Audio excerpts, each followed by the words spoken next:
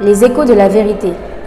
Les échos de la vérité sont une série d'émissions et d'interviews sur des thèmes importants et pertinents en rapport avec l'entrepreneuriat, les finances, l'éducation, le mariage et la famille, la paix et la résolution des conflits, la gouvernance et le leadership, le développement communautaire, la politique, etc.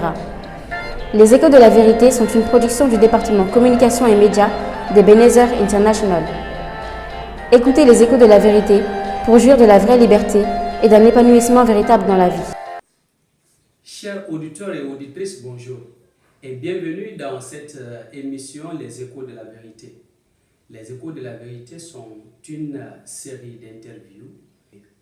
Comme vous pouvez le constater dans notre première série, nous sommes en train toujours de développer le thème être un leader visionnaire et efficace. Et cette fois-ci, nous allons aborder notre deuxième thème, le leadership et la vision. Alors, aujourd'hui, sur le plateau, nous avons notre invité, Dr. Sory Ibrahim Monekata, qui va nous aider à pouvoir aborder ce thème. Docteur, bonjour. Bonjour. Alors, bienvenue dans notre émission Les Échos de la Vérité. Merci. S'il vous plaît, pouvez-vous vous présenter à notre auditoire? Oui, comme vous l'avez dit, je réponds au nom de Sory Ibrahim Monekata. Je suis actuellement le président du conseil d'administration de cette organisation dont vous voyez le logo, Ebenezer International. Ebenezer International est une organisation qui est actuellement enregistrée officiellement au Mali, en Guinée, au Burkina Faso. Donc actuellement, nous sommes en train de chercher à nous implanter dans une dizaine de pays de l'Afrique de l'Ouest, donc comprenant le Burkina Faso, le Mali, la Guinée que j'ai déjà évoqué, le Sénégal, la Côte d'Ivoire, le Bénin, le Togo, le Niger et le Nigeria. Avec le Ghana, notre vision, c'est de bâtir des communautés ouest-africaines paisibles, entreprenantes et prospères, vivant dans l'abondance. Merci beaucoup, Dr. Sory Ibrahim Monekata. Merci. Alors, revenant sur notre thème d'aujourd'hui, nous allons vouloir que vous puissiez nous présenter le contenu de ce que nous allons aborder aujourd'hui. Merci. En parlant de leadership et de vision, nous allons parler de trois thèmes essentiels. La première partie, ce sont les caractéristiques d'une vision. Okay. Comment comprendre une vision? Qu'est-ce qui distingue une vision d'un rêve? Donc nous allons parler de beaucoup de choses qui permettront à nos auditeurs de comprendre quand il s'agit de vision pour un leader, qu'est-ce qu'on veut dire. Okay. Ensuite, nous allons parler des attitudes et des conceptions de certains leaders par rapport à la vision. Des exemples de leaders, comment eux ils pensent et comment ils se comportent vis-à-vis de la vision. Tout cela pour nous aider à comprendre l'importance de la vision et à l'intégrer à nos attitudes en tant que leader. Okay. La dernière partie, c'est comment élaborer une vision et mobiliser les gens pour réaliser cette vision. Okay. Voilà. Merci beaucoup, docteur. Merci. Alors, sans plus tarder, cher auditoire, nous allons nous tourner vers le docteur, lui laisser ce temps afin qu'il puisse décortiquer ces points qu'il a fait mention. Alors, ici, je vois dans une partie où vous avez parlé des caractéristiques d'une vision. Oui. Je voulais poser la question, y a-t-il une différence entre un rêveur et un visionnaire? Absolument. Vous savez, quand on parle de vision, oui. La notion de rêve est associée parfois à la vision, mais les deux sont très différents. Okay. Un rêveur est une personne qui pense à des choses, mais en général qui ne sont pas réalistes. Donc, ça peut être que dans le sommeil, la personne a vu des choses. On parle de rêve là-bas, mais souvent même, la personne ne dort pas, elle pense seulement à des choses, mais qui sont irréalistes. Donc, mais un visionnaire pense à des choses qui ne sont pas encore réalisées, okay, mais qui sont réelles et qui peuvent être réalisées. Donc, la différence entre un rêveur et un visionnaire, c'est que le rêveur pense à des choses qui sont des illusions, okay, mais qui ne deviennent jamais des réalités. Okay. Par contre, le visionnaire a une idée très claire de ce qui doit arriver et ce qu'il veut atteindre, et il met en œuvre des choses concrètes pour traduire cette idée en réalité. Okay.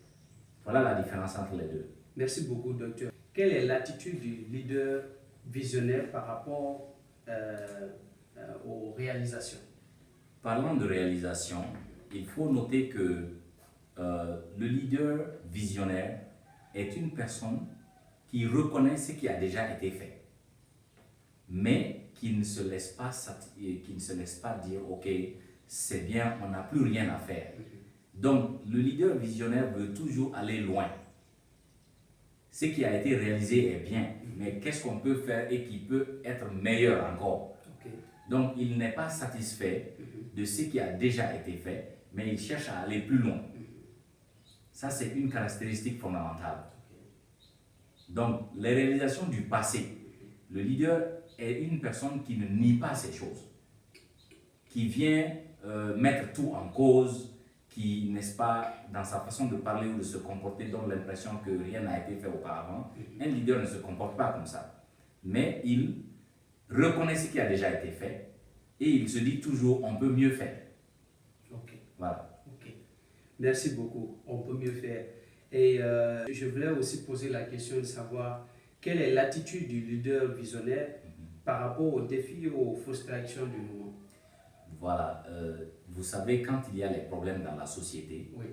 beaucoup de personnes aiment se plaindre des problèmes. Ils aiment critiquer, ils aiment dire les mauvaises choses pour décrire le problème. Mais le leader visionnaire ne prend pas le côté de ceux qui sont dans la frustration. Il se met du côté de la solution. Il se dit oui, il faut reconnaître, ça ne va pas. On est dans des problèmes, mais le leader visionnaire essaie d'imaginer la solution. Okay. Et il focalise son énergie sur la solution. Donc c'est ce qui fait que, au lieu d'amplifier le problème, de parler du problème de façon à dénigrer les leaders actuels, il est du côté de la solution. Okay? Donc au lieu de continuer à soutenir la frustration et ces types de choses, le leader visionnaire est quelqu'un qui va vers la solution, qui pense qu'est-ce qu'on peut faire pour sortir de cette situation. Ok, merci beaucoup.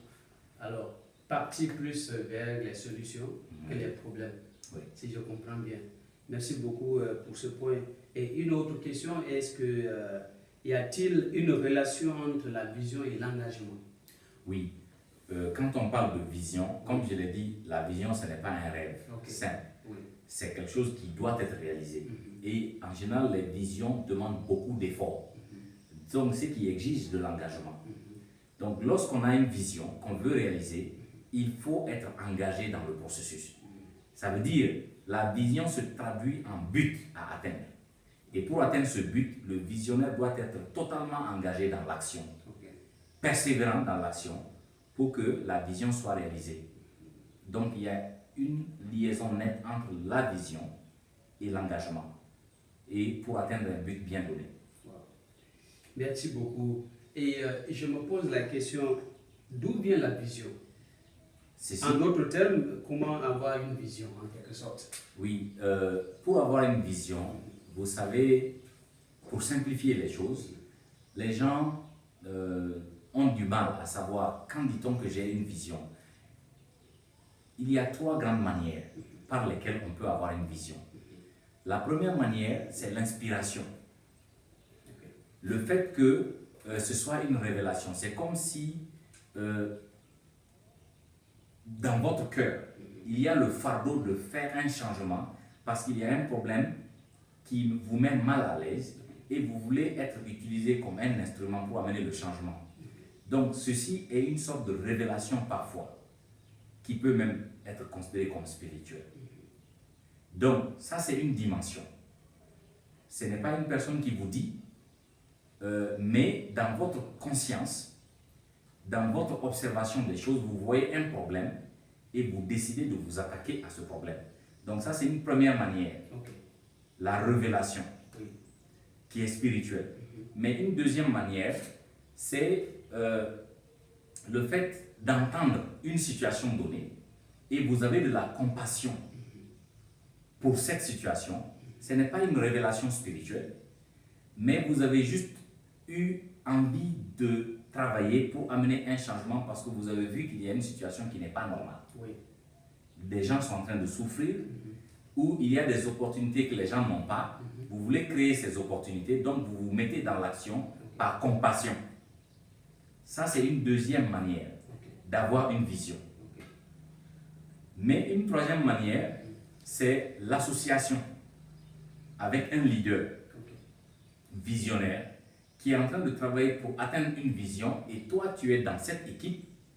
À force de poursuivre la vision avec ce visionnaire, tu captes cette vision. Donc, tu deviens quelqu'un qui a une vision. Toi, tu n'étais pas la première personne à avoir cette vision, mais tu as fait partie d'une équipe avec une personne qui a déjà une vision digne d'être atteinte. Un exemple de vision comme ça que je peux donner, c'est le cas de Moïse et de Josué dans la Bible. Si vous regardez, Moïse était celui qui est venu faire sortir les enfants d'Israël de l'Égypte pour les envoyer en Canaan. Ça, c'était la vision. Mais si vous suivez l'histoire, Moïse n'a pas amené les enfants d'Israël en Canaan. Mais quand il a quitté, Josué est celui qui a pris le relais. Josué a eu sa vision en suivant Moïse, en travaillant aux côtés de Moïse. Donc cela est une dernière manière. Donc pour me résumer, la vision peut revenir d'une manière spirituelle. La vision peut venir parce qu'on est avec quelqu'un qui a une vision. Mais la vision peut naître aussi de la compassion qu'on a pour une situation donnée. Merci beaucoup, docteur. Merci. Et merci pour ces exemples bibliques que vous venez de donner. Merci. Ça nous prouve que vous êtes cultivé de part et d'autre. Merci. Et c'est vraiment important. Maintenant, entre le visionnaire et la vision, qui contrôle qui? Ça, c'est une bonne question, Oui. Santos. Parfois, il est difficile de dire vraiment qui est au contrôle de qui. Mais avec mon expérience, ma culture générale des concepts de leadership, je dirais plutôt que c'est la vision qui contrôle le leader. Ça peut paraître très bizarre, mais prenez le cas de Nelson Mandela. Comment vous pouvez expliquer qu'une personne accepte de faire 27 ans en prison parce qu'il a une vision pour son peuple? Est-ce que c'est lui qui est contrôlé par cette vision ou c'est lui qui contrôle la vision? En fait, il faut comprendre que la vision, quand elle est vraiment motivée pour de bonnes raisons, la vision est quelque chose qui est comme une force qui influence la personne. Et donc, tu ne peux pas t'empêcher d'y penser. Partout où tu es, tes actions, tes paroles, tes décisions, tu es toujours influencé par cette chose à réaliser. Donc, c'est ce qui fait que on a tendance à croire que c'est une force extérieure qui est là, qui est en train de contrôler et d'influencer la personne. Et c'est ce qui fait que les visionnaires souvent sont prêts au sacrifice ultime. Donc, si je contrôle quelque chose, je peux laisser cette chose facilement, mais si la chose me contrôle, je ne peux pas l'abandonner. Merci beaucoup. Voilà. Et quel est le but d'une vision? Ok, le but de la vision, il faut résumer, c'est le changement. En fait, chaque fois qu'il y a une vision véritable, vous allez trouver que la vision vient parce qu'il y a une situation A qui n'est pas bonne et on est en train d'aller vers une situation B qui est meilleure. Donc, d'où on parle de changement. Donc, le but d'une vision, c'est un changement qui est positif pour le peuple ou pour l'organisation, pour la société, ça peut être la famille. Donc, peu importe le champ de la vision, mais quand on a une vision, elle doit nous amener dans une meilleure situation. Voilà. Merci beaucoup. Lorsqu'on revient au niveau de la deuxième partie, Oui. où vous avez fait mention d'attitude et conception de certains leaders par rapport à la vision, que dit Salomon par rapport à l'importance de la vision? Salomon, vous savez, il est le fils du roi David. Oui. Dans la Bible, on parle de lui en tant que le roi qui était le plus sage et même le plus riche. Salomon a trouvé que sans la vision, le peuple périt. Parce qu'il, lui, en tant que roi, en tant que leader suprême de la nation, quand il n'y a pas une vision qui peut permettre de créer un cadre de vie meilleur pour le peuple vit dans le désordre.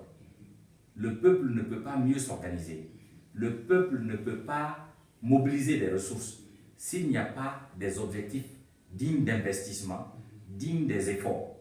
Donc Salomon a résumé dans Proverbes chapitre 29, verset 18, il a dit « Sans vision, le peuple périt ». Donc, c'est ce qui fait que justement, quand on a des pays où les présidents n'ont pas de vision, on voit tout le chaos qui est dans le pays. Mais quand on est à la tête d'un groupe de personnes, il faut avoir une vision pour amener le peuple vers le meilleur. Et si cette vision est absente, on ne peut pas empêcher que le peuple périsse. C'est-à-dire qu'il y a beaucoup de bains de sang, beaucoup de soulèvements, beaucoup de problèmes, beaucoup de manque d'emploi. Ces choses-là, c'est le résultat de manque de vision dans la perspective de Salomon. Ok. Merci beaucoup d'avoir donné cet exemple de Salomon. Et je me dis, quelle était l'attitude de Kennedy par rapport à la vision? Kennedy était un ancien président américain. Et lui, dans sa façon d'observer le peuple, en tant que président, il a constaté qu'il y a deux catégories de personnes. Vous parlez bien sûr de John Kennedy? Absolument, Okay. John Kennedy. Oui. Donc Kennedy a dit il y a un groupe de personnes qui aiment regarder les choses et se demandent pourquoi les choses sont comme ça. Ils sont donc en train de décrire le problème, de se plaindre de la situation et de se lamenter de la situation. Okay. Mais il a dit, lui, il préfère voir les choses comme elles pourraient être et se dire pourquoi pas. Vous voyez que cette mentalité-là, elle est très différente de la première. Oui.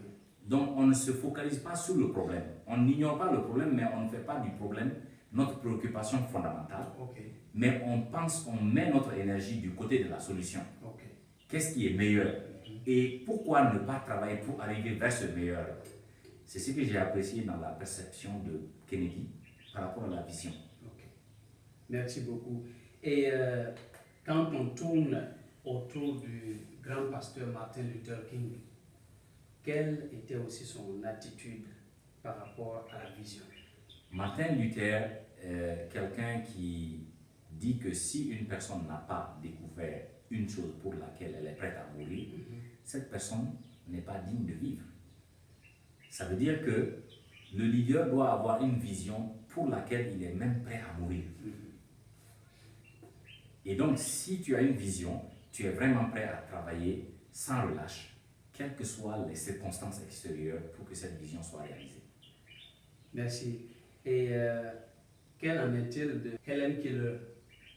Ok, Helen Keller est cette dame qui était née, qui ne pouvait pas entendre, qui ne pouvait pas voir. Oui. Et donc, mais quand les gens ont pu communiquer avec lui, avec le développement de la science, un journaliste est venu poser la question à Helen Keller, puisqu'elle était aveugle déjà. Elle a dit, qu'est-ce qui est pire que d'être né aveugle? Hélène étant née aveugle, Hélène a dit, avoir la vue, mais être sans vision. Donc une personne qui a les deux yeux qui voit, mais qui n'a pas de vision, est pire qu'un aveugle, selon Hélène. Et ça montre l'importance de la vision pour une personne, pour une nation, pour une personne. Wow. Merci beaucoup. Et maintenant, dans votre expérience et votre culture, pouvez-vous nous donner quelques exemples de leaders visionnaires? Oui, je vais donner l'exemple de Moïse. Okay. Il avait une vision, son peuple était dans l'esclavage et il voulait délivrer le peuple de l'esclavage. Ça, c'est un exemple de personne visionnaire. Et vous voyez ici que cette personne-là ne vise pas ses propres intérêts. Okay. Il vise l'intérêt d'un groupe. Deuxième exemple de visionnaire que je peux donner, c'est Néhémie. Néhémie était un serviteur du roi qui travaillait au palais royal.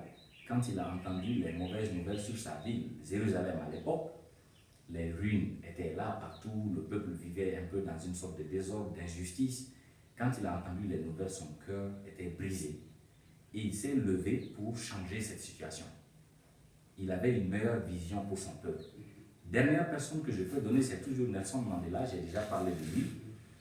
Voilà une personne qui veut délivrer son peuple, l'Afrique du Sud en l'occurrence, de l'apartheid et qui est prêt à faire 27 ans de prison. Donc ça, c'est quelqu'un qui a une vision pour son peuple. Maintenant, à l'opposé de beaucoup de nos dirigeants, n'est-ce pas, de nos jours, qui viennent au pouvoir juste pour eux-mêmes, pour s'enrichir, un visionnaire ne vient pas pour lui-même, mais pour une cause donnée, pour le bien de sa nation. Ok. Merci beaucoup. Et avant de boucler pour cette deuxième partie que vous avez fait mention, je me pose la question, la vision peut-elle amener au sacrifice ultime? Absolument. Il y a beaucoup de visionnaires qui sont morts en poursuivant leur vision. Un exemple frappant, c'est Mahatma Gandhi de l'Inde, père fondateur, n'est-ce pas, de l'indépendance de l'Inde. On connaît ses efforts non violents pour amener l'indépendance dans le pays, dans tous les domaines, politiques, économiques, social, administratifs, mais il a fini par perdre sa vie. Donc, et il y a beaucoup d'exemples de leaders qu'on peut citer comme ça, qui perdent leur vie, et d'autres qui sont prêts, qui ne perdent pas leur vie, mais ils sont prêts pour ça, quand il s'agit de soutenir une cause noble. Wow. Ok, merci beaucoup. Avant d'aborder la troisième partie qui est là, et j'aimerais savoir comment élaborer une vision et mobiliser les gens pour sa réalisation. Ceci est une bonne question et je vais essayer de donner des étapes simples, sans trop de commentaires. La première étape, c'est qu'il faut observer autour de soi. Regarder les gens, les conditions de vie des gens, les circonstances. Et Dieu peut toucher votre cœur. Vous pouvez voir des circonstances pour lesquelles vous voulez agir pour amener un changement positif. C'est de là que la vision peut naître. Ensuite, il faut, dans une deuxième étape, chercher à se connaître soi-même. Souvent, il y a une vision, mais si ma personnalité est incompatible avec la réalisation d'une telle vision, c'est qu'elle n'est pas faite pour moi. Donc, il ne s'agit pas de voir les problèmes autour, mais il faut s'examiner soi-même et se connaître soi-même, connaître ses forces, ses faiblesses et savoir ses talents. Comment est-ce qu'on peut contribuer à changer cette situation qu'on a observée. Ensuite, troisième étape, il faut choisir le changement que tu veux opérer. Après avoir observé dehors et après avoir examiné sa propre force, sa propre faiblesse et ses propres talents. Donc une fois qu'on a choisi la chose pour laquelle on veut consacrer notre vie, donc qui est notre vision, la quatrième étape, c'est qu'il faut décrire la vision de façon écrite, précise et concise. Il ne faut pas rester avec l'idée seulement dans la tête comme cela. L'importance de l'écrit, c'est qu'on peut communiquer avec d'autres personnes pour qu'eux aussi puissent comprendre et puissent se joindre éventuellement à vous pour aller ensemble. Donc, cinquième étape, il faut fixer la vision dans un timing. Donc, un temps bien précis pour la réalisation de la vision. Les visionnaires qui restent, n'est-ce pas, avec des idées vagues, ils ne savent pas quand est-ce qu'ils veulent voir cette chose se réaliser, en général, ne réalisent pas beaucoup de choses. Ils ressemblent à des rêveurs. Des rêveurs, merci, exactement, c'est ça. Maintenant, la sixième étape, c'est qu'il faut identifier les opportunités et les menaces autour de soi quand on a une vision qu'on a fixée dans le temps. Les opportunités permettent d'aller facilement vers la réalisation, pendant que les obstacles ou les défis sont des menaces qui bloquent la progression vers la vision. Donc quand on comprend ces deux, on peut travailler pour lever les obstacles et aller plus loin. Ensuite, septième étape, il faut communiquer efficacement. Communiquer efficacement signifie partager la vision avec d'autres personnes de sorte que ces personnes puissent comprendre et adhérer à la vision, donc s'approprier la vision. Dernière étape, il faut aller dans la réalisation de la vision avec des gens. Il ne faut jamais un bon visionnaire, leader, ne va jamais seul pour réaliser sa vision. Parce que sa vision, en fait, ce n'est pas pour lui, mais c'est pour un peuple. Il doit pouvoir mobiliser le peuple pour aller ensemble vers la réalisation. Voilà les quelques étapes que je peux conseiller pour avoir une vision et réaliser cette vision. Ok, merci beaucoup, docteur. Merci. Et bien avant de quitter ce plateau, je vais vouloir que vous lanciez un dernier appel à nos voyants et voyantes auditeurs ou auditrices qui nous suivent de leur petit écran. Quel appel avez-vous à leur lancer? Oui, moi je trouve que si vous prenez le contexte ouest-africain, notre catastrophe est due au fait qu'on manque de leaders visionnaires. On a des leaders qui ont des postes qu'ils occupent. Et donc, parce qu'ils occupent un tel poste, on pense qu'il est leader. Mais en vérité, si quelqu'un qui est responsable à un poste donné n'a pas une vision pour améliorer les choses par rapport à son domaine, il n'est pas un leader. Il n'est pas un leader visionnaire. Donc, il y a la nécessité, partout où on est, pour la famille, pour nos organisations, pour nos États, pour nos communautés, chaque fois qu'on est leader, on peut regarder par rapport à notre responsabilité, qu'est-ce qu'on peut mieux faire et qui va amener un meilleur changement pour le peuple dans les sociétés. Donc, je lance cet appel pour que nos leaders, ou nos jeunes surtout, qui montent, qui ont des potentialités, qui seront des leaders dans le futur, qu'ils puissent toujours avoir ce sens de vision. Qu'est-ce qu'on peut mieux faire et qui va amener le peuple dans une meilleure situation dans l'avenir. Donc, c'est une interpellation. Okay. Alors, tout le plaisir était pour nous, docteur, de vous inviter sur ce plateau. Merci. Et chers auditeurs et auditrices, je suis très persuadé que nous avons tous été satisfaits de cette présentation et nous sommes très contents que vous nous suiviez. Alors, docteur Sory Ibrahima Monekata, merci beaucoup et surtout nous vous souhaitons prochainement pour notre troisième thème qui sera développé bientôt. Et chers auditeurs et auditrices, ne manquez pas surtout de retrouver notre troisième vidéo qui sera en train de venir dans les jours à venir. Merci et à vous revoir. Les échos de la vérité. Les échos de la vérité sont une série d'émissions et d'interviews sur des thèmes importants et pertinents en rapport avec l'entrepreneuriat, les finances, l'éducation, le mariage et la famille, la paix et la résolution des conflits, la gouvernance et le leadership, le développement communautaire, la politique, etc. Les échos de la vérité sont une production du département communication et médias d'Ebenezer International. Écoutez les échos de la vérité pour jouir de la vraie liberté et d'un épanouissement véritable dans la vie.